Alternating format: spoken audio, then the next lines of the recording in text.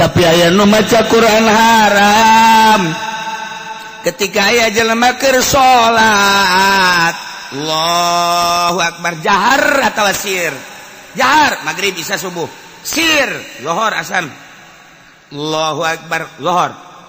Bismillahirrahmanirrahim. Aya di sisi maca Quran. A'udzubillahi minasyaitonir rajim. Bismillahirrahmanirrahim. Yasin. Itu keur salat haram maca Quran. Lain maca Quran haram gandengna mah. Aswis. Eta siga hade. Urang aya nu salat maca Quran gandeng macana. Dilagamkeun deui. Bismillahirrahmanirrahim.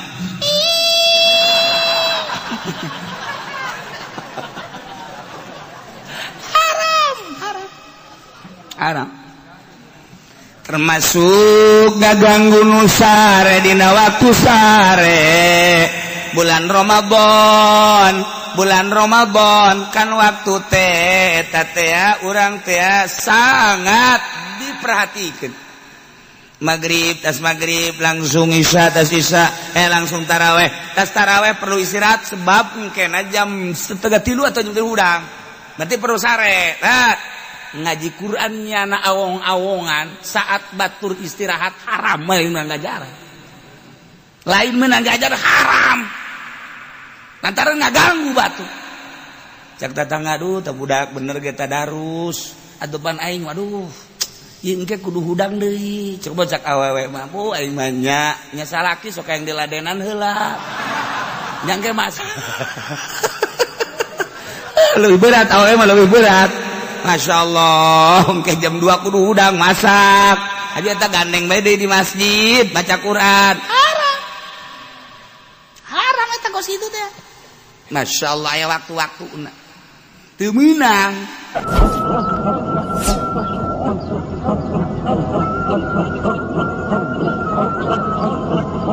Bismillahirrahmanirrahim.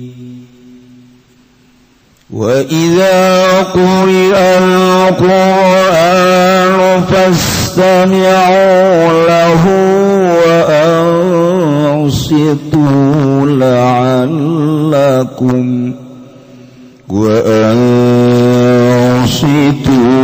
لَعَلَّكُمْ تُرْحَمُونَ. Wallahu a'lamu bimuradihi. Wa idza quri'al Qur'anu lan tatkala den baca Al-Qur'anu Qur'an fasami'u lah maka ngarungwakeun sira kabeh lahu kana Qur'an atau kadua Qur'an wa ansitu bisa kena bisa kadua wa ansitu lan tadanengleng sira kabeh anil kalami ada saking rarasan la'allakum manawa sira kabeh turhamuna iku den ngolasi sira kabeh.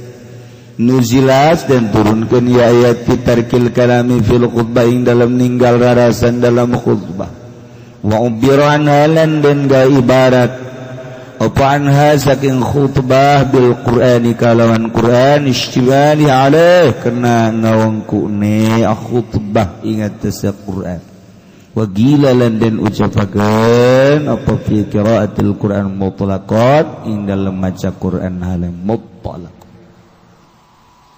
واذكر ربك في نفسك تضرعا وخيفة ودون الجهر بالغدو والآصال ولا تكن من الغافلين. Wallahu a'lamu bimuradi wa dzkurlanun eling sira Muhammad rabbaka ing pangeran sira pinafsika ing dalam ati sira sirra tegese ing dalam jeratu tabarruan ala dep tadalulan tegese dep wa khifatan lan nale wadi khofad minu tegese wadi minhu saking arab wa fauqa sridunal jari lan dalam sadurunge landunal jari ada orang anak banter minal qawi saking ucapan naikos dan tegese sedengan bainahuma dalam antarane sir dan jahar bil gudwi dalam isuk-isuk wal asalan pirang sore-sore aya awailin nahari wa awakhiriyat tegese pirang-pirang awal awan dan pirang akhir awan pirang-pirang akhir nahar lan ajana sira kabeh minal ghafilin ikut tetep saking kang lali kabeh an zikrillah saking zikiring Allah. Innal ladzina 'inda rabbika la yastakbiruna 'an ibadatihi wa yusabbihunahu wa lahu yasjudun. Wallahu a'lamu bimaradi satuhune wong akeh kang tetep ing dalam sanding pangeran sira Muhammad al malaikat tegese pirang-pirang malaikat la yastakbiruna iqrana sarombong ya alladzina yatakabbaruna tegese sombong ya alladzina an ibadati saking ibadah ing Rabb atau Allah wa yusabbihuna ulan pada ngabersihkeun ya alladzina hu ing Allah yunazzihuna wa ma la yaliku bi tegese ngabersihkeun ya alladzina ing Allah saking barang kang ora layak maka lawan Allah walahu yasjuduna lan kode Allah pada sarujud ya alladzina kabeh ya khusunahu bil khubi wal ibadah tegese nangtukeun ya alladzina ing Allah kalawan DP lan ibadah fakunu mitlau maka ana sadaka baiku mitau umpamane alladzina fakunu mislahu maka ana sadaka baiku umpamane alladzina.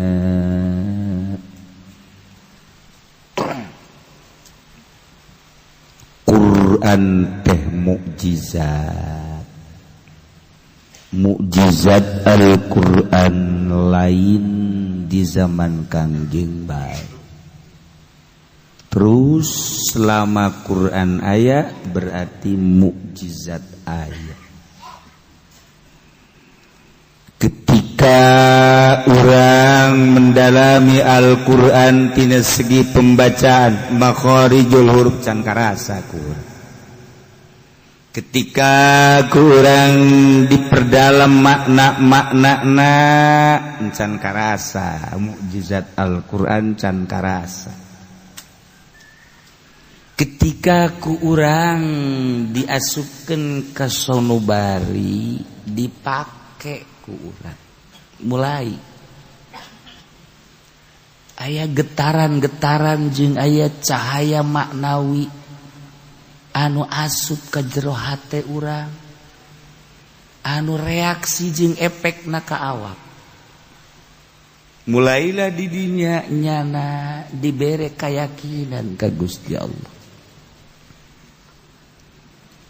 Ketika terus manehanana beribadah ka Gusti Allah melalui Al-Qur'anul Karim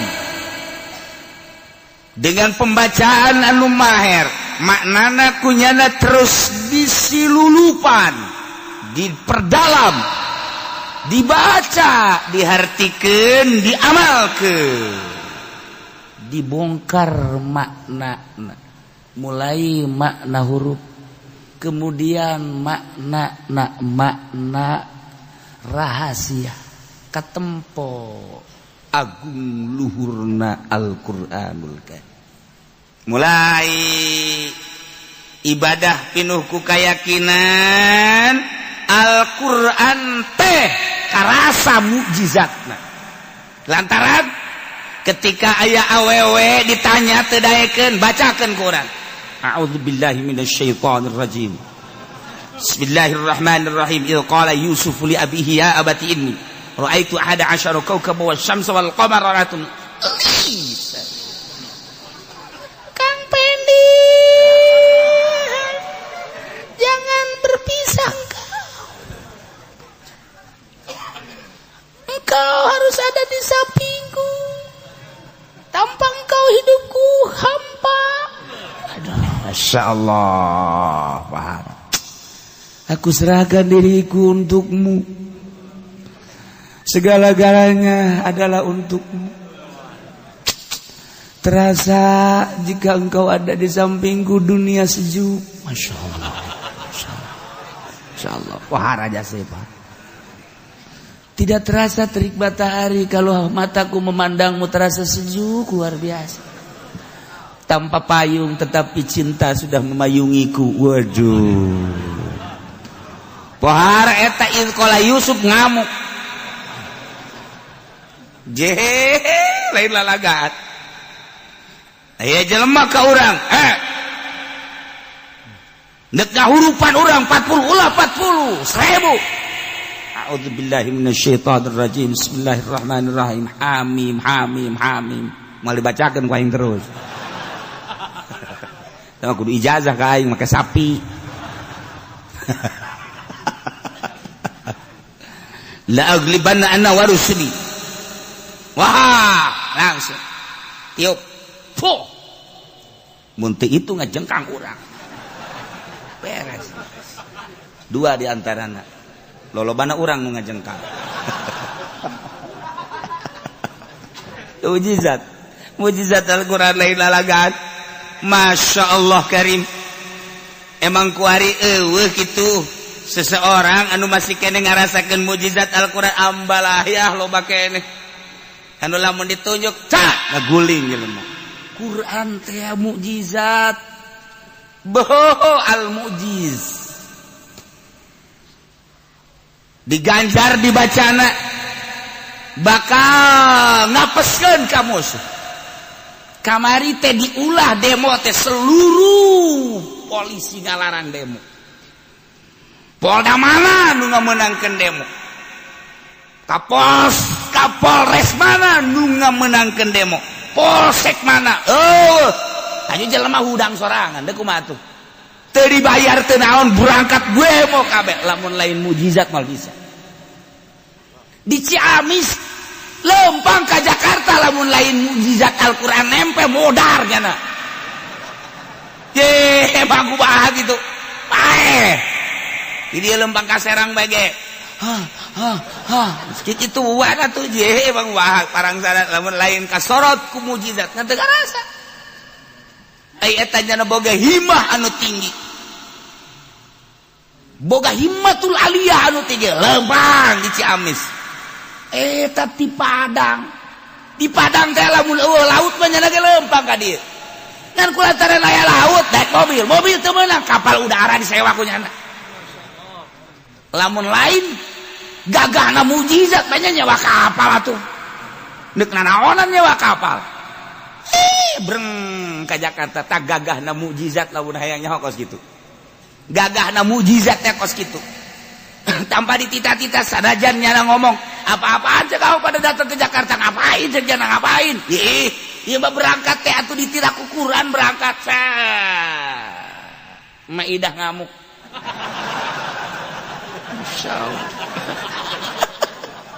Bentar cek singko di Jakarta itu si Ahok apa-apaan bawa-bawa maidah maerot ke dibawa tolol deh singko dalam maerot iya jangan bawa-bawa maidah kayak ceknya nama jelema meureun maidah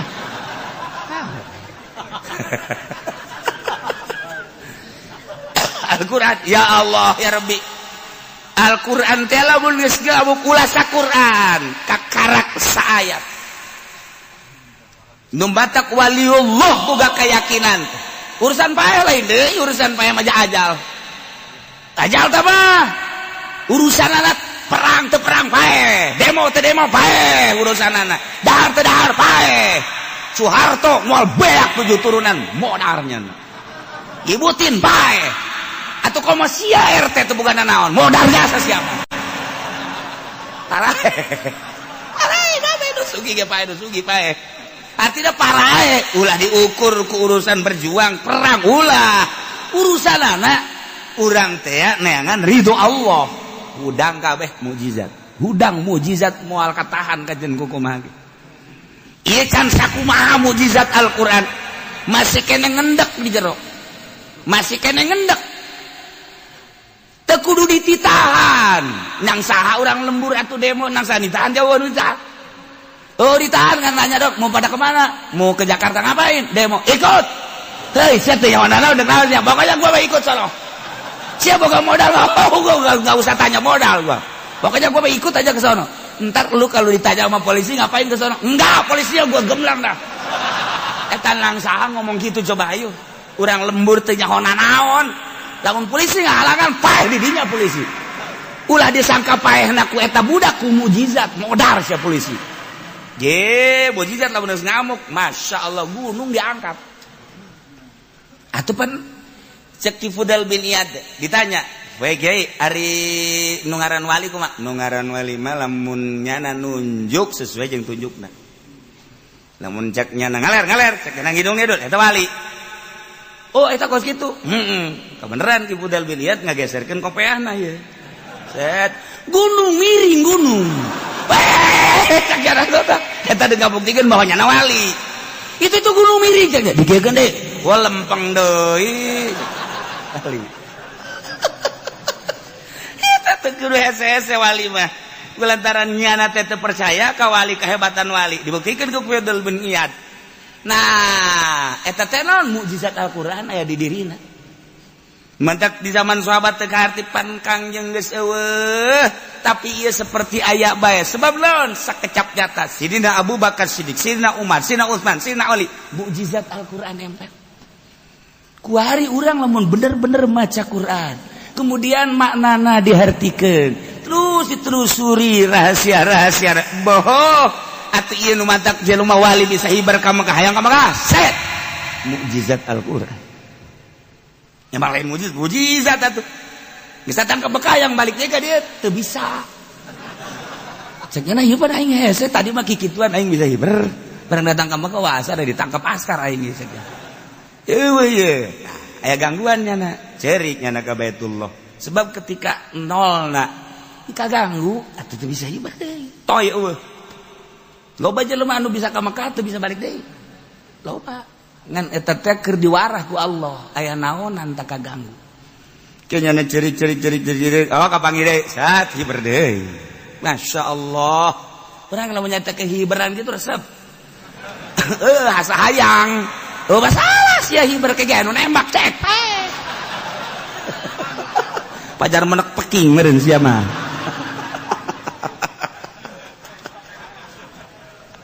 Atuh lain hibaran cara manuk. Oh tuh Haji Pendi keur hibar tembak. Lain kitu. Masyaallah. Ieu mukjizat. Nah, nu mantak hiji teu meunang dicekel ku nu junub.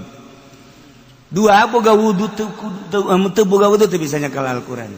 Teu bisa nu head teu bisa. Ya Allah ya Rabbi aya larangan sama mukjizat. Nah ieu nu mantak di ayat turun ayat wa idza quri'al Qur'anu fastami'u lahu wa ansitu la'allakum turhamun. Wallahu a'lamu bimuradi ayat ieu tadi turunkeun dina ngalarang ngomong, ngalarang ngobrol, ngalarang berbicara fil khutbah dina waktu khutbah. Lantaran harita urang Arab teh ketika khutbah teh ieu nyana ngobrol-ngobrolkeun urusan perdagangan, urusan kahirupan. Keur khutbah teh bisi, maka turunlah ayat wa idza quri'al Qur'an fastami'u. Nu matak dibahasakeunana Al-Qur'an padahal mah khutbah lantaran di jero khutbah teh aya Qur'anan cek sakaol mah Quran secara mutlak kok. Aya deui jelema keur salat urang Arab di Madinah begitu keur salat ngarobrol. Nah eta ngalobrol teh ya ngaganggu karena salat. Maka dicarekan ku Gusti Allah turun ayat ieu wa idza quri'al Qur'an. Pan keur salat teh baca Quran. Baca Quran. Bismillahirrahmanirrahim. Alhamdulillahi rabbil alamin. Quran. Surat kadituna. Bismillahirrahmanirrahim. Qul a'udzu birabbin nas. Quran. Eta teu meunang anu ngomong. Mantak cek mazhab Hanafi mah, cek mazhab Hanafi teu kudu baca Fatihah acan makmum lamun imam kadenge Fatihah. Teu kudu. Urang salat magrib kan kadenge Fatihah.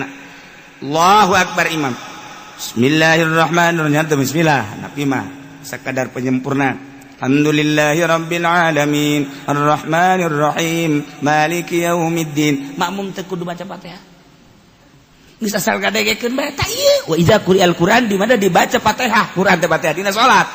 Pas tapi ulah dengekeun wan situ. Ulah aya umang ngomong. Perhatikan baik-baik. Salat jadi. Masa banap.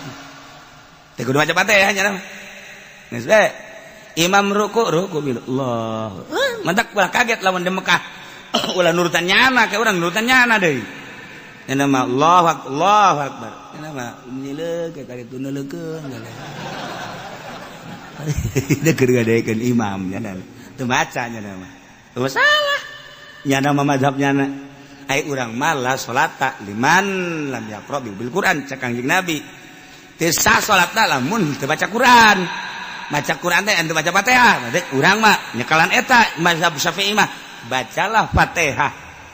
Geus lamun kaburu mun teu kaburu teu kudu. Urang datang ke masjid, imam keur mejana maca surat. Pas maca suratna Nas. A'udzu birabbin nas malikin nas ilahin nas min syarril waswasil khannas. Urang datang ka dinya. Allahu Akbar. Alladzi waswisu fi sudurin nas minal jinnati wan nas. Kan langsung rukuk. Allahu Akbar. Urang teu kudu maca Fatihah. Allahu Akbar. Geus mantep, lu mantep kadatang ka di jalan terakhir wae.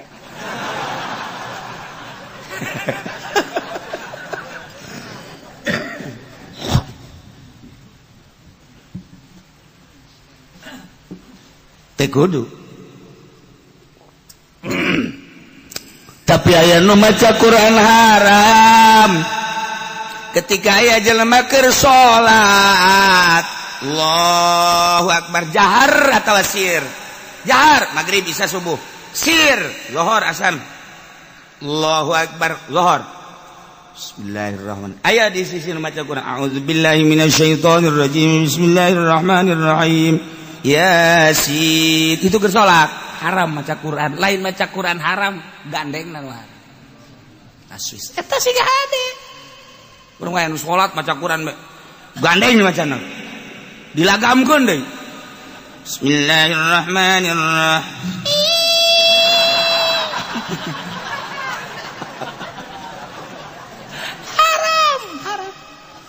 Haram termasuk ngaganggu nu sare dina waktu sare bulan Ramadan kan waktu teh eta teh urang teh sangat diperhatikeun. Maghrib tas maghrib langsung isya tas isya langsung taraweh tas taraweh perlu istirahat sebab engkena jam 2:30 atau jam 3 udang berarti perlu sare. Ngaji Qur'annya na awong-awongan saat batur istirahat haram lain menang ngajar haram lantaran ngaganggu batur cak datang aduh tak budak bener ge tadarus adupan aing waduh ieu engke kudu hudang deui coba cak awewe mah bu aing mah nya salaki sok yang diladenan heula nya engke mas lebih berat awewe mah lebih berat. Masya Allah, ke jam 2 kudu udang masak. Aja tak gandeng bae di masjid baca Quran. Haram eta kos itu teh. Masya Allah ya waktu-waktu teu meunang. Naila wa idza quri'al Qur'anu fastami'u lah. Keur carita khutbah di mana-mana dibacakeun khutbah. Awas, dengekeun. Sehingga orang keur baca khutbah lamun teu ngadengekeun urang disiksa ku Gusti Allah. Teu kudu dengekeun pas tamiu ulah paham situ. Kudu perhatikeun bener-bener. Ulah-ulah ngobrol keur khutbah ieu, ulah-ulah ngobrol. Cak-cakan isyarah make ieu bae ta make jemari make curug. Haram. Dengekeun. Mada khutbah di dieu mah lain khutbah lugawi, khutbah na ieu mah khutbah syar'i. Geus lain ceramah. Ku ari khutbah dina Jumat teh di manaan ceramah, itu salah. eta mah khutbah syar'i kelengkapan salat Jumat 2 rakaat nu 2 rakaat zuhur teh dibagi 2 rakaat ku salat 2 rakaat teh khutbah badak khutbahna 2 lamun aya jelema maca khutbahna hiji teu sah Jumatna pohoan misalna alhamdulillahilladzi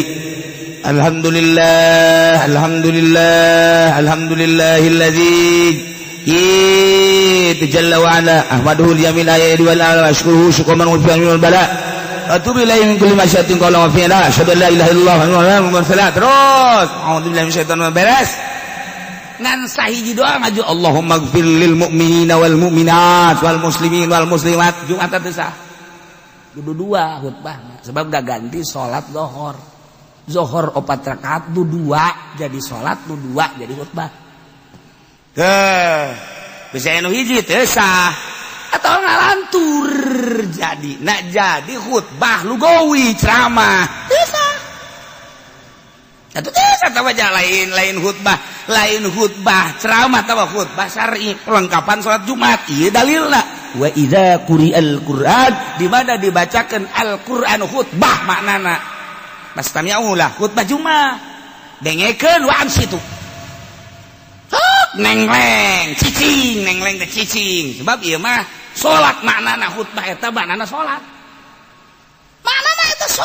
das lamun dibacakan saudara-saudara sekalian hari ini adalah hari kemerdekaan 17 Agustus dengan demikian marilah kita khutbah Agustus dibawa ke masjid tolol bener deh sakitu ana mah geus teu masalah lah maka kita tingkatkan KB keluarga berencana ya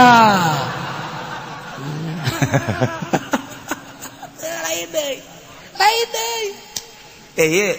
khutbah wa idza quri'al Qur'an khutbah di mana dibacakan Quran ya pasti ulah wa ansitu atau Quran secara mutlak di mana dibacakan Al-Qur'an dengekeun ulah loba omong lamun aya urang sunah kan neuk ngaji maca Quran heula sunah dina kitab Tabihul Mugdarin geus satu Tabihul Gopilin nu mantak urang manggil qori ieu teh deuk ceramah manggil qori hukumna sunah memeh pengajian maca Quran heula bacakeun Quran urang dengekeun lupa tali jeung pengajian tali jeung pengajian ieu teh deuk pengajianana muludan oh berarti wa ma arsalnaka geus ledeg da wa ma arsalnaka ieu Rajab subhanalladzi asra oh ieu teh deuk pertikahan wa min ayatihi eta sunah os kitu surang dengekeun ulah ngarobrol dengekeun ieu teh kan mukjizat Masya Allah lamun mujizat geus dibacakeun haji urang ngalantur berarti urang kahijab antara urang jeung mujizat ketika mujizat asup set ka diri urang ngadengekeun asupna ka mata nundutan berarti yang mujizat itu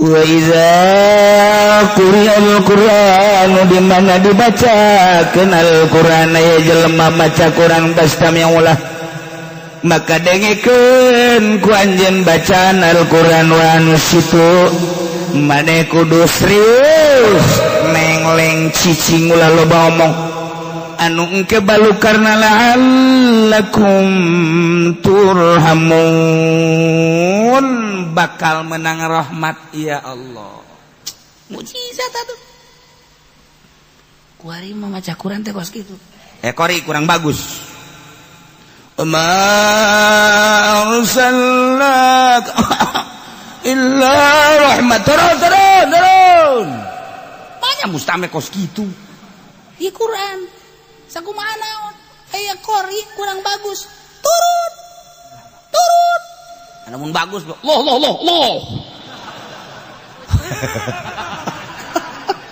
hirpa wah ulah orang biasa tenang tadi wa idza quri'al Qur'an fastami'u lahu ansitu la'allakum turhamun cici malah perhatikeun naon kunyana dibaca teu makna naon arahna ka mana. Wah, Quran teh geus jadi hiburan ongkos nyanyi ieu mah Quran teh. Masyaallah, jadi geus adab. Mudah-mudahan maca Quran, malah ieu. Lamun aya jelema keur maca Quran. Qori, aya kiai datang. Urang haram tah nangtung ka kiai haram. Sebab naon ieu Quran keur dibacakeun mukjizat Pak. Ulah geus kiai-kiai antepkeun bae geus. Urang mun aya qori keur maca Quran, kemudian kiai datang, cuek we geus. Geus cuek we. Geus. Cukuran. Duk.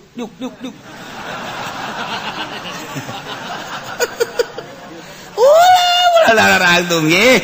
Atuh berarti kan muliaan mana Quran jeung kiai. Teu jauh belum ke mana-mana. Ulah geus antep ge. Mantap kiai nu bagus lamun keur aya maca Quran ulah ka kadinya cicing we kiai. Ulah menghargai Al-Qur'anul Karim.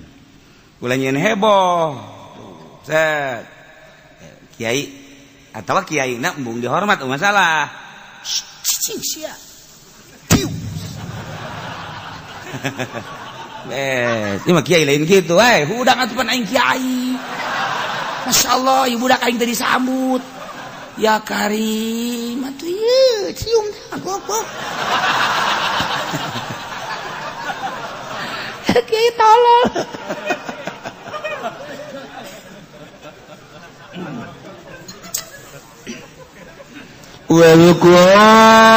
Rabbaka fi nafsika tadarruan wa khifah. Wazkur eling anjeun Muhammad Rabbaka ingat anjeun ka pangeran anjeun fi nafsika tapi di jero hati anjeun bae sirat tadarruan wa khifah kana arah tadarru DPDP wa khifah jeung sieun ka Allah. Ieu dalil toriko zikir. Ieu zikir toriko ieu. Ieu dalilna. Wazkur khusus sabab dah khusus ka Kangjeng Nabi tapi umum jang urang kabeh. Inget anjeun ka pangeran anjeun. Zikir nafsika di jero hate. Ieu kopi ngaran. Sirron motifna tadarruan DPDP ngarasa hina. Naraonan dibandingkeun jeung keagungan Allah. Wa khifatan jeung kana sieun ka Allah. Wa dunal jahri fauqa sir saluhureun sir jahar handapun jahar. Middle qaul tina ucapan ekos dan bae sedengan tarik ting ulah laun ting ulah mata ulah tarik ting ulah laun ting ulah mantak zikir aya macem-macem zikir teh macem-macem berbagai dalilna ieu keur carita zikir kopi. Zikir kopi mah jero kamu. Aya deui zikir jahar. Zikir jahar tergantung kumaha nu mawakna.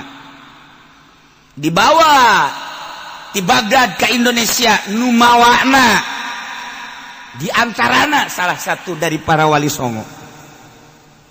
Sunan Kalijaga. Nu aya di urang Yusuf. Nu aya deui di urang kitu Ahmad Khatib Sambas. Kalimantan, Banten Syekh Abdul Karim, Cirebon Syekh Hasbullah, terus gitu ke Madura. Nah iya aya jalur-jalur mata toriko naon ya koi Qadiriyah nu mawana pasti ngan sakadar tilu ka Indonesia. Qadiriyah wan Naksabandia mah jalurna ngan tilu kajeun kukumaha jalur Banten, jalur Cirebon, jalur Madura sakit tuh. Engke tidinya dikembangkan Banten kemana Cirebon kemana Madura kemana kanyahoan geus lamun aya anu nyekel thariqah qadiriyah wan naksabandiyah di mana ya anu jalur mana kapanggih bakal tek oh kadinya Banten kemana maneh ya anu bisa ya anu oh kanyawan deg geus lamun cara pencak kajawan carana kos kitu kajen ku kumaha ge. Nah, lamun ieu Khalidiyah nu mawana pasti ka Indonesia pasti eta. Geus kajawan kurang jalur Khalidiyahna di mana ye? Sumatera eta berarti kieu. Lamun ieu Satoriyah kajawan nu mawana eta. Geus ngembang lah kurang Jawa Timur, Jawa Tengah, Jawa Barat. Mun di urang teh mah bakal kajawan jalur mana? Teu nu teu kajawan. Mantak aya bae mutamar thariqah supaya mutabaroh. Jalur-jalur kajawan. Ketika aya jelema ieu rekat naon thariqah wan naksabandiyah. Kok kieu ieu lain deui ieu mah ieu. Lain deui pembawaan thariqahna. Di mana ye? Selidik urang. Pasti putus guru. Wajen kuku mah ge putus guru kajen kuku mah. Lain kitu. Urang dek naksabandi bae. Bahauddin Naksabandi Uzbekistan. Nyanalah tokoh anu paling luar biasa anu bisa komunikasi jeung Allah di larap. Lain lalawora jelema tuh. Ilham teh langsung ka Bahauddin Naksabandi mah. Masyaallah eta jelema kuluhur-luhurna. Kitulah para kutubul aulia. Datang ke Indonesia dibawa salah satu wali songo Naksabandina. Geus aya Qadiriyah wan Naksabandiyah, aya Qadiriyah hungkul, aya Naksabandiyah hungkul. Engke kanyawan nu Naksabandiyah hungkul jalur mana? Jawa Timur, Jawa Tengah, Jawa Barat. Naksabandi hungkul kanyawan. Salah bakal kanyawan. Qadiriyah hungkul bakal kanyawan. Qadiriyah wan Naksabandiyah bakal kanyawan. Jalur mana? Tilu. Amun Qadiriyah wan Naksabandiyah mah. Bawa Banten Syekh Abdul Karim. Nah, tadi dia ngembang. Apakah Syekh Asnawi? Apakah Syekh anu kanyawan kurang. Kan pembawaanna mun berbeda salah berarti. Mata geus teu kudu jaritakeun mursyid. Mursyid selalu aya. Geus tina eueuh lagi ulah pusing-pusing atuh mah urusan kos kitu bae urusan batin. Kunaon haju ku hari pemilihan calon mursyid. Ya Allah tuh mending diganti sakalian si aku haji mursyid. Teu kudu dibingungkeun. Nu kos kitu mah urusan batin. Engke ge aya sorangan tah mursyid mah. Ya Allah ya Rabbi. Nah, ieu mah carana engke. Urang teh aya thariqah Qadiriyah wan Naksabandiyah ka Indonesia dibawa ku Syekh Abdul Karim ka Banten ti Ahmad Khatib Sambas. Ahmad Khatib Sambas teh boga guru ngaranna Syekh Samsudin. Syekh Samsudin teh boga guru ngaranna Syekh Murdan lain sebagainya. Dipadukeun ku Ki Ahmad Khatib Sambas Qadiriyah jeung Naksabandiyah. Kan Qadiriyah mah jahar la ilaha illallah la ilaha illallah. Ai Naksabandina kopi peureun dihijikeun ku Syekh Ahmad Khatib. Ternyata hasilnya luar biasa. Lamun kataekan pohara dibawa ke Indonesia, dikembangkan di Indonesia. Nah, kuari mah keur carita. Ieu urang kuari kunaon si teu ngageser hate urang. Kumaha maksudna teu ngageser? Quran aya di otak urang. Hadis aya di otak urang. Diaji Minhajul Abidin aya di dada. Ihya Ulumuddin aya, hikam aya, tapi teu daek ngageser kunaon si lain cinta Allah, cinta dunia. Ieu nu bahaya ge. Kurang kumaha penjabaranna di universitas bahkan diterjemahkeun. Eta hikam diterjemahkeun, eta ihya diterjemahkeun, nu nerjemahkeun ge cinta dunia. Eta kiai luar biasa. Lamun nyaritakeun ilmu pohara jasa, bahsul masail pangmenang nanyana. Tapi cinta dunia. Kunaon teu digeser sih di jero hate teh. Henteu dijazab. Henteu ditarik. Renungkeun ye aing ngaji ti leutik geus puguh amil jurumiyah sorop ngelal datang ka ngelal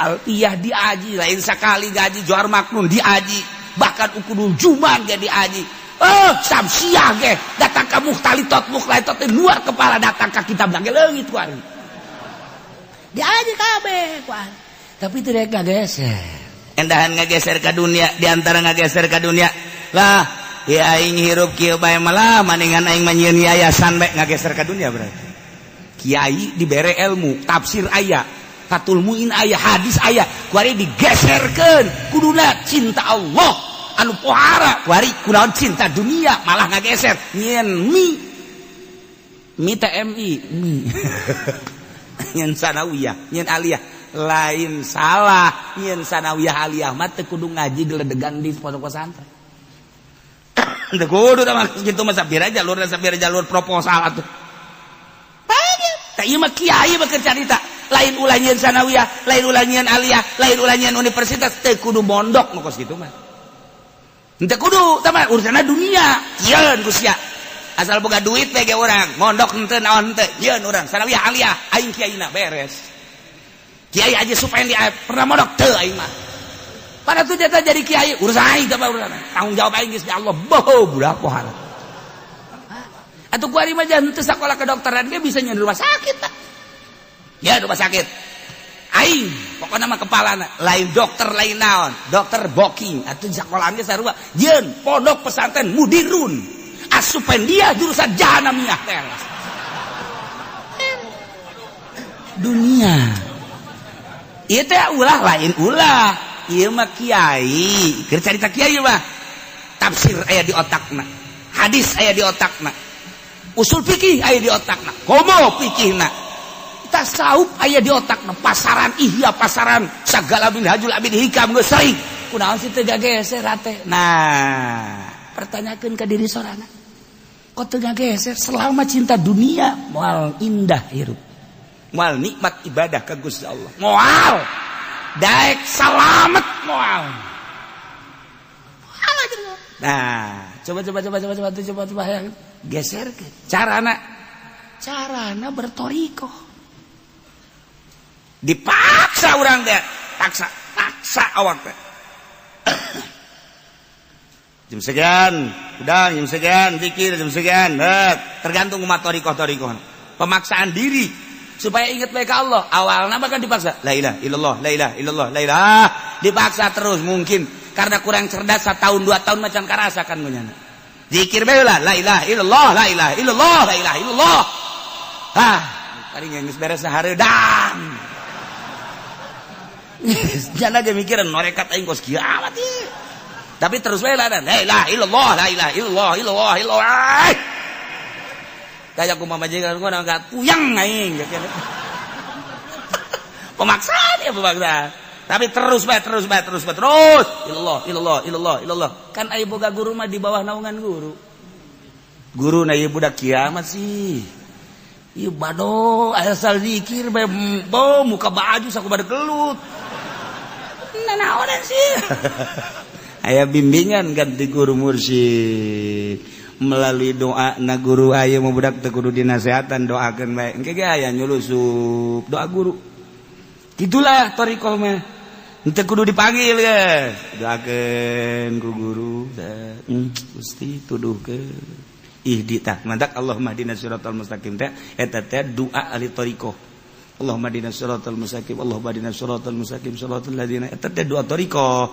Nah, ditujukan Allahumma hdi ya Allah golba fulan huwa muridi wa huwa dan lain-lain sebagainya. Mulai nyana oh ya mulailah ada lain deui kuari. Zikir geus kalem.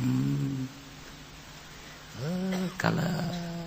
Bahkan lamun ti jam 1 teh datang ka subuh diuk bae. Iya balik ngacai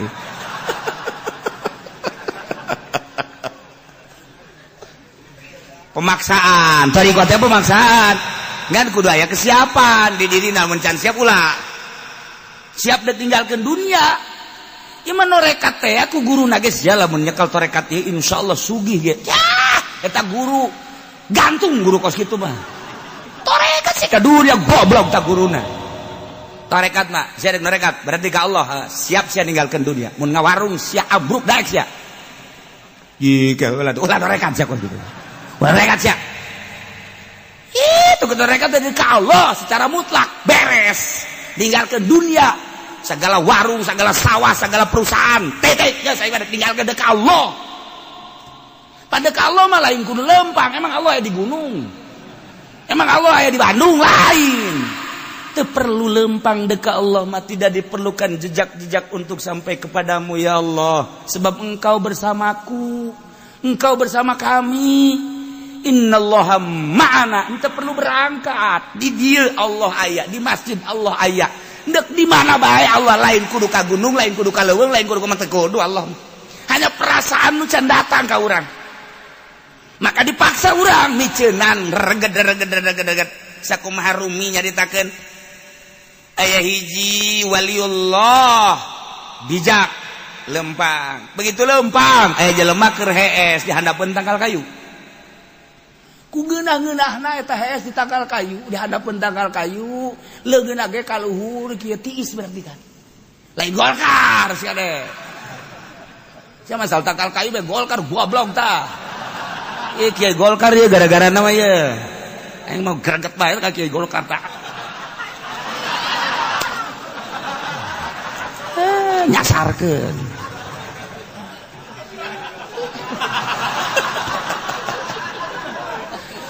iya calangap KS na calangap kadeulean ku kiai tersebut aya oray asup kana sumutna ya Allah caki dihudangkeun ku nya dihudangkeun ge galak udang sia udang naon kiai galak amat sia nonggong di bebean tongong nanaonan kiai nanaon sia lain nanaonan sia bahaya sia lamun ku aing teu diteugelan bahaya sia nanaon ku udang heeh datang di popohan teh lumpat nya lumpat di udang sia ka dieu sia nik laon ieu kiai ka dieu sia cilaka sia wae di popohan ieu napa beubeuteng nanaonan cenah ieu lupat deui malah mau apa mongol kiai sia kadi sia ku di popohan sia ku di kiai nanaonan ieu nah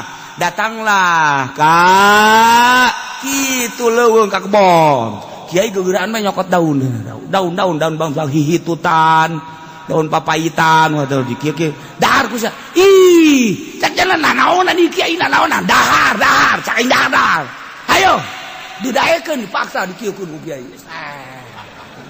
baksakeun dah gayam cak nya nanaonan si kiai kula keur ngeunah hees ieu datang di gebugan bae di udag-udag aduh cenah kiai tolol cenah ieu goblok ieu kiai cenah aya kajian aing mah digoblok-goblok ge cenah teh nu penting dahar tah sia aya dahar gayam leleg tereuy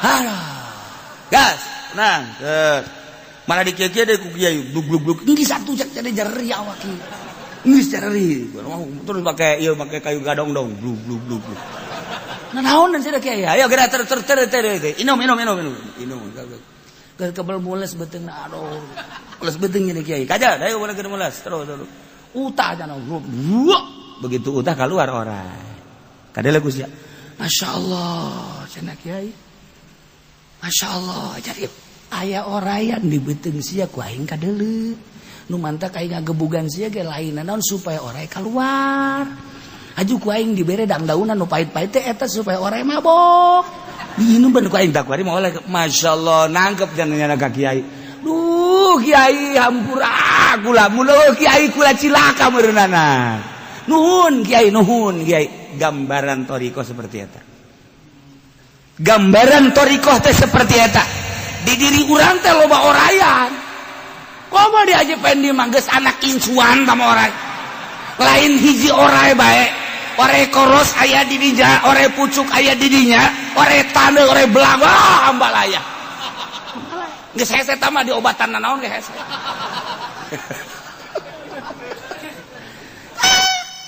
gambaran penyakit hubud dunia hubur riasa hubul jah eta adalah oray-oray anu kudu dikaluarkeun teu sambarangan ngaluarkeun anak sakumaha tadi dek kaluarkeun oray hiji bae ge make kudu dibueuh ditenggeulan sagala dibere tekara kaluar ieu sarua murid thariqah teh ku guruna kudu siap teu paham nyana teh di tita anu teu paham nyana teh dihinakeun teu pahamnya na tita kitu kudu paham ke ujungna bakal karasa ka hati ojah hayang paham we sareat teh mah ke lamun geus da kieu gitu di guru torikot mah torikoh mah kos kitu kudu nyanggakeun sadaya-daya ka guru teh ditampilingan ku guru dilieu ku guru titanu ku guru sakumaha tadi lantaran di jerona aya orayan deuk dikaluarkeun orayna ieu oray teh ulah ngendek di jero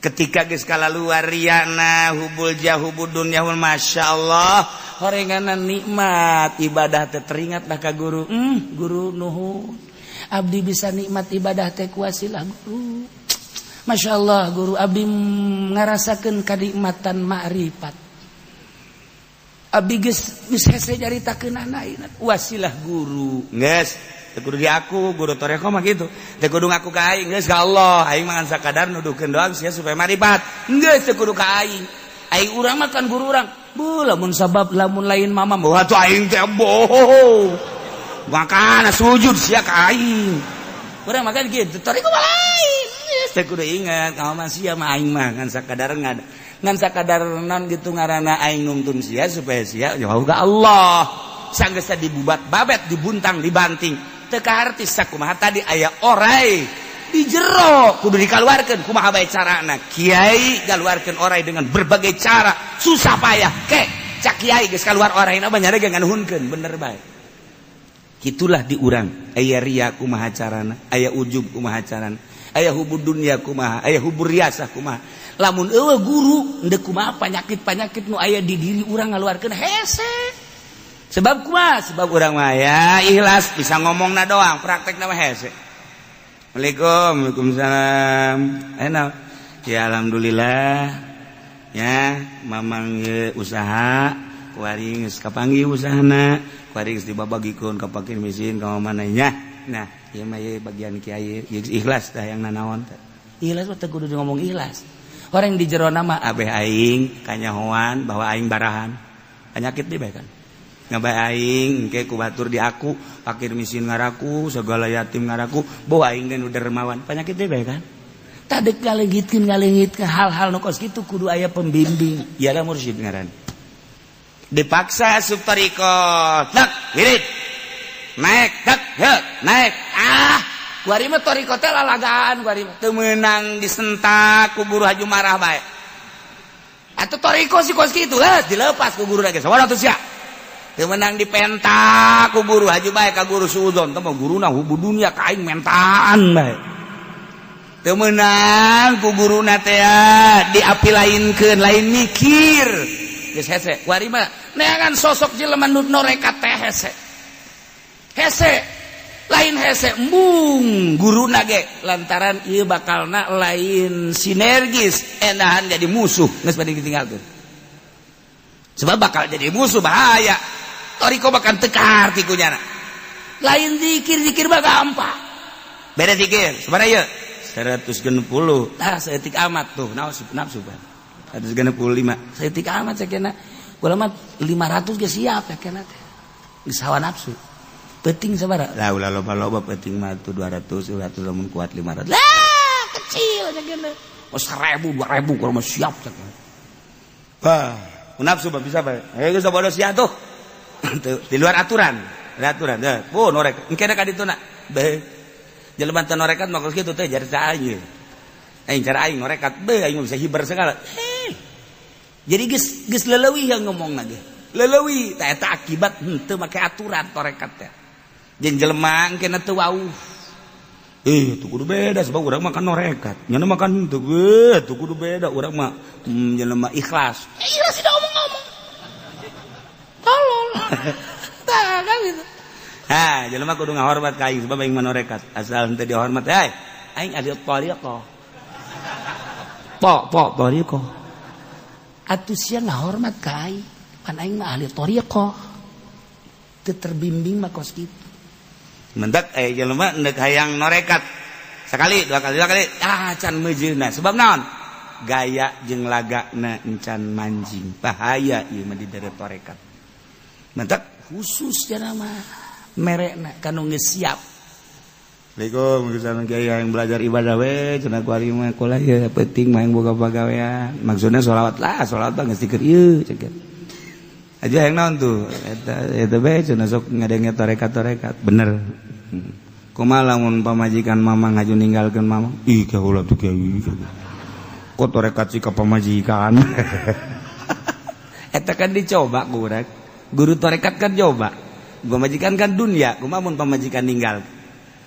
Warung, kumaha mun warung ngajejes ye. Eta mah sakadar cobaan kanyana siap henteu. Jadi cenah kula yang norekat. Bagawean naon? Kula magaan ngaji. Alhamdulillah tuh bagus. Santri. Aya 100. Siap ya norekat. Siap. Sia lamun norekat santri areueuh. Bakalna. Teu kaburu naon mau santri areueuh bae siap. Kayak ku jelema sia geus teu diambeun teh. Jieu tumbung, berarti teu siap. Berarti berat ka jelema. Berarti berat ka kana kamulyaan, berat ka dunia. Tarekat. Larek norekat kiai. Kumaha teh lamun warung si ambruk kajeun kiai, emang kuari ge ambruk ieu. Kuana mah geus disakamariankeun bae teh. Kumaha sia lamun ke sia haju imah leungit, kula can boga imah. Can boga imah. Kumaha sia haju lamun ka Bogor lamun pamajikan sia haju indit, kula teu laku-laku kiai. Can kawin datang ka kuari, teu laku kuari. Perusahaan sia naon? Teu usah kalau sebatang kara. Sia bener dek norekat, bener sia lain dek norekat, dia mah pelampiasan sama kos kitu. Terjadi. Norekat mah ilmuna secara syariat geus aya. Jang ketika ieu sah teu kudu nanyakeun ieu teh batal teu kudu nanyakeun. Malah mun aya batur nanyakeun bag-bagan syariat kunyana bisa kajawab besinyana engke diangkat jadi wali. Batur naranya bisa ngajawab mah nya aya wali engke bodoh. Hiji syariatna heula. Nomor kedua geus kudu siap ditinggalkeun ku jelema sebab teu dimaksud jelema mah andai kata jelema ngusirnyana atuh siap bae sanajan anak pamajikan ngusir ge eueuh masalah sebab deka Allah andai kata kasalahan persepsi pamajikan jeung anak teh lain deui cara Kangjeng Nabi Lut pamajikanna beda persepsi kajeun kukum aing mah deka Allah usir aing ku sadunya aing deka Allah aing mah supaya boga perasaan aing hiji kadua Allah sakitu hirup andai kata ieu kabeh bencomo kajeun asal ulah ku Allah andai kata ieu dunia leungit kabeh kabeulem ulah wah ka dunyana aingna ge kabeulem ridho mun ku Allah beres wah sia mah beneran atuh beneran beres nanti moal sieun tipeting ge tipeting zikir jam 1 jam 2 teh aya nu paeh teh pocong aing teh sieun ka sia pocong paling muringkak bulu doang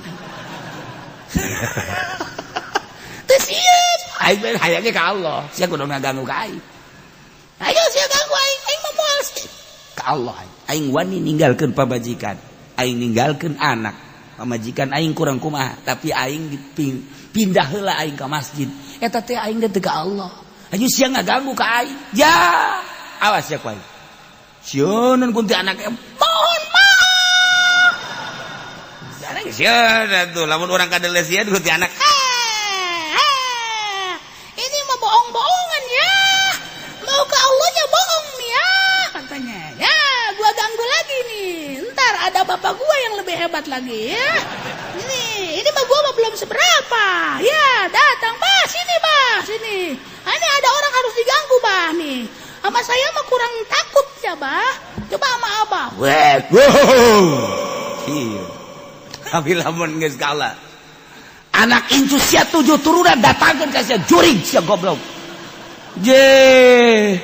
cak jurig teh kontes sieun sih sesama jurig tidak takut belum tahu kali lu gua kan raja jurig terima kasih eueuh kasihan hiji Allah karak wanian nyana ka gunung sorangan di luhur gunung eueuh kasihan sebab deuk Allah wanian nyana ka leuweung di leuweung sorangan teh sieun sebab deuk Allah lamun geus hiji doang Allah karak orai datang ngahareup salam assalamualaikum ya wali Allah leos.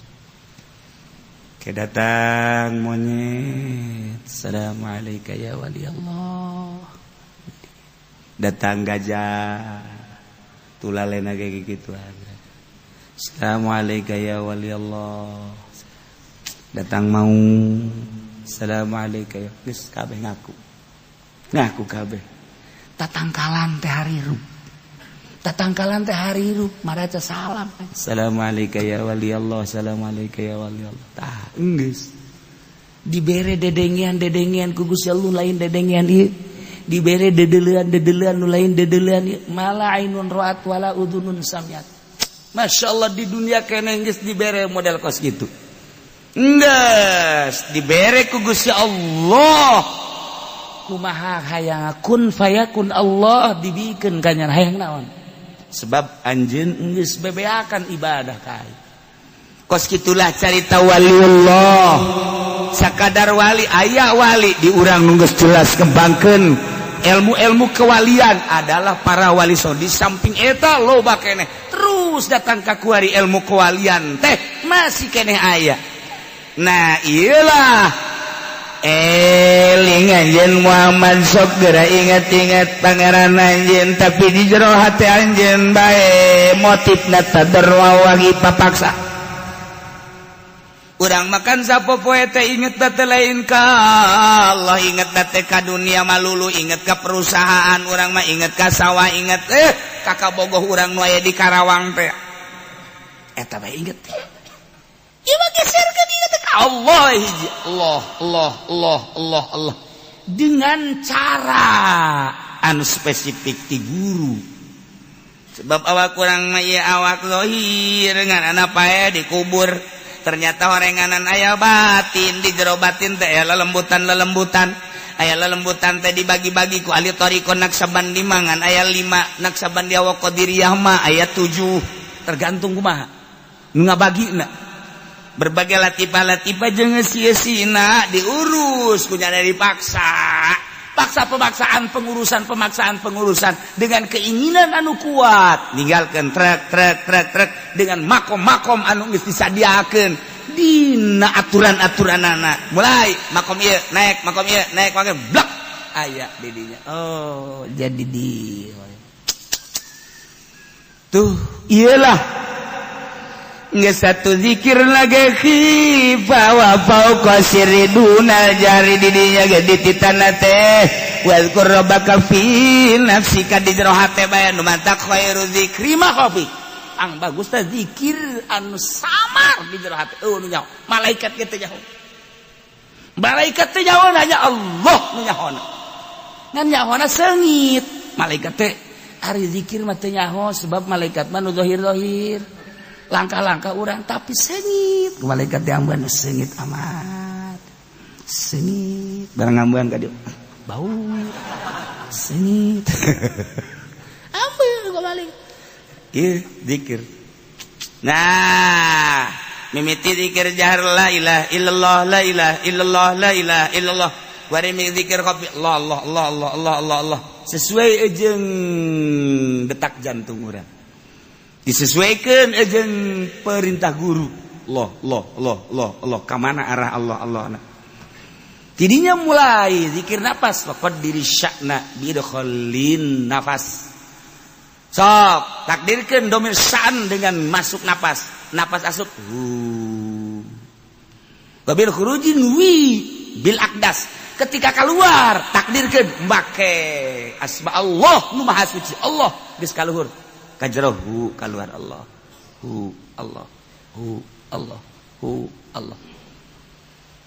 mantap mimitina lama buda bihakin kedua lama sudah bihakin tilu lamat luba bihakin opat dan lain-lain sebagainya teu meunang urang kuaring ngatur sorangan aya waktu-waktu mulai idinya geus lain deui perasaan dirina geus lain deui salat geus lain deui sangkilang babarengan jeung jelema tapi lain deui zahir mah zahir batin mah batin bae geus aya di alam nu eta. Iyalah dalil zikir khauf nurutkeun cek di dieu mah teu meunang gandeng-gandeng zikir teh paling sedengan kosdan sedang La ilaha illallah, la ilaha illallah, la ilaha illallah. Itu mana gandeng? Nah, aya na gandeng, engke di zikir jahar. Dalil lain deui. Maka diatur ku ahli thariqah ti mimiti zikir jahar, datang ka zikir khafi, dakar ka qadiriyah wa naksabar dan berbagai-bagai zikir sarua dek usul ilallah hayang menyerupai malaikat. Mantak cak di dieuna bil ghuduwi wal asal wala takum minal ghafilin. Ulah rek paraho maneh ka Allah tina zikir ka Allah sapak sakit. Sebab aya hamba-hamba Allah nu teureun ngabersihkeun ka zat Allah ialah malaikat. Urang ge dek nyarupaan kana malaikat melalui thariqah, melalui zikir supaya sejajar jeung malaikat. Emang malaikat kumaha? Ieu malaikat mah innal ladzina 'inda rabbik wallahu a'lam.